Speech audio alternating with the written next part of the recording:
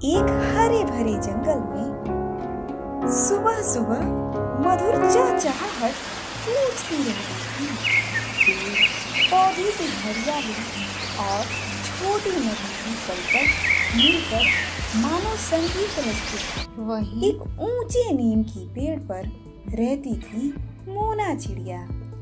मोना बेहद चंचल और बातूनी चिड़िया थी। उसके पंख सुनहरे रंग के चमकते रहते और आंखों में हमेशा शरारत झलकती रहती थी। पर मोना चिड़िया की एक आदत पूरे जंगल में मशहूर थी। वह थी उसकी पानी पूरी का शौक। एक अच्छी सी उसकी प्यारी सी दोस्त थी नीलो चिड़िया। वह उससे मजाक हमेशा किया करती थी। तो चिड़िया एक दिन मुस्कुराती हुई कहती है, मोना, तुम दुनिया की सबसे अलग चिड़िया हो जो दाने और कीड़े छोड़कर पानी पूरी खाया करती, पानी पूरी के सपने देखा करती हो। अरे नीलू दीदी, आपने कभी पानी पूरी भी खाई है क्या? उसमें जो खट्टा मीठा स्वाद होता है ना, वो किसी और में कहाँ। दोनों हंसते हुए खिलखिलाते जंगल में उड़ान भरते हैं। लेकिन पास के ही शाखा पर बैठा कालू कौवा और उसकी पत्नी गोरी कौवी, दोनों का स्वभाव ही अलग था। हमेशा ईर्ष्या करना और सभी पंछियों से जलन करना उनकी आदत थी। एक दिन गोरी कौवी नाक सिकोड़ते हुए बोली, देखो देखो कालू जी, ये मोना हर किसी की नजर में चढ़ी हुई है। इसकी हंसी से पूरा जंगल गूंजता है और अब तो कहती है कि जंगल में पानी पूरी का ठेला भी लगवाएगी। कालू अपनी घमंडी आवाज में, हाँ, अगर ठेला लग गया तो सब उसी के पीछे लगेंगे, हमें तो कोई पूछेगा भी नहीं। हाँ, तो पहले योजना बना लो। कुछ ऐसा करो कि मोना की ये खुशियाँ ज्यादा लंबी न टिकी। कालू कौवे की आंखों में लालच चमक उठी। एक दिन दोपहर में अचानक जंगल के रास्ते से एक रंग बिरंगी ठेला आया। ठेले को खींच रहा था एक हरे रंग का तोता।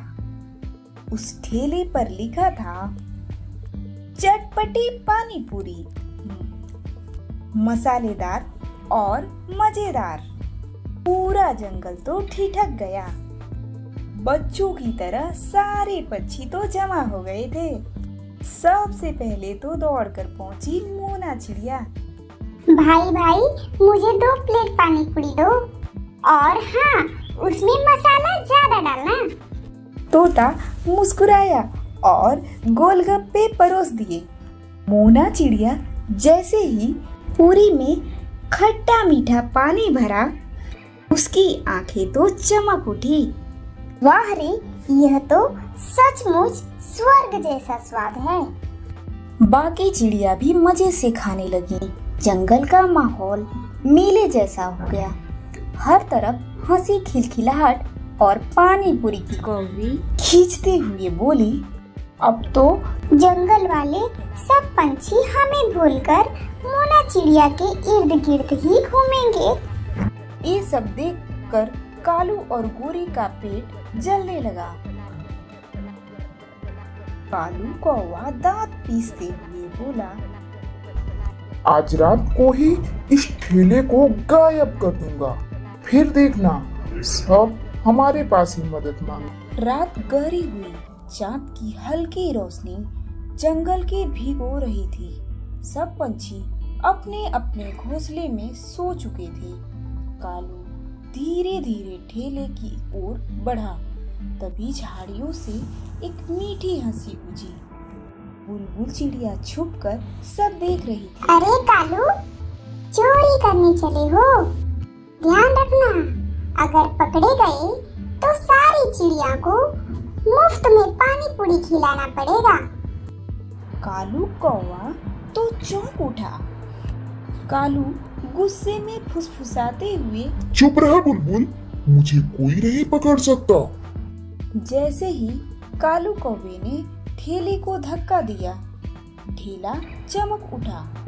ठेले से आवाज आई उस जादुई तोते की जो तेज। रुको कालू, दूसरे की खुशी चुराना चाहते हो?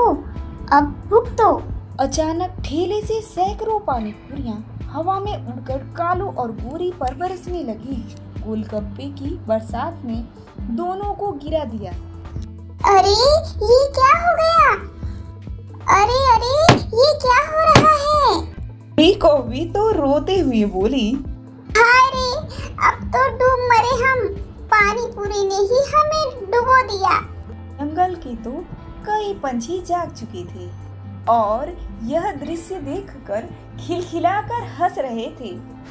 सुबह जब सूरज निकला तो पूरे जंगल के पंछी एक जगह इकट्ठा हुए थे।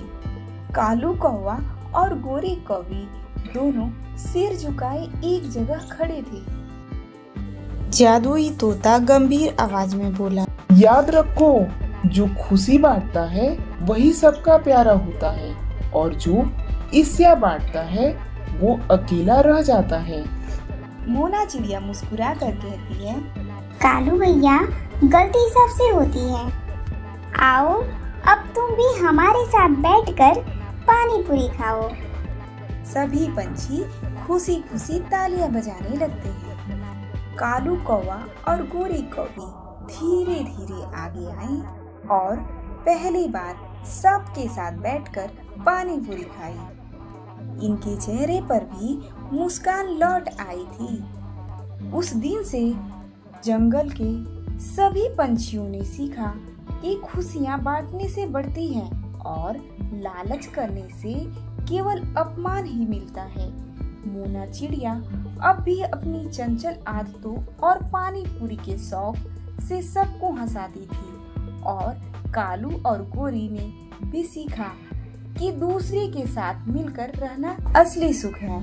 तो दोस्तों, हमारी स्टोरी आप सबको कैसी लगती है हमें लाइक करें, कमेंट करें और सब्सक्राइब करना ना भूलें। तो दोस्तों, आप लोगों से हमारी यही रिक्वेस्ट है कि आप हमारे चैनल को लाइक सब्सक्राइब तो करते हैं पर बेल आइकन को प्रेस नहीं करते, तो बेल आइकन को भी प्रेस करें। धन्यवाद।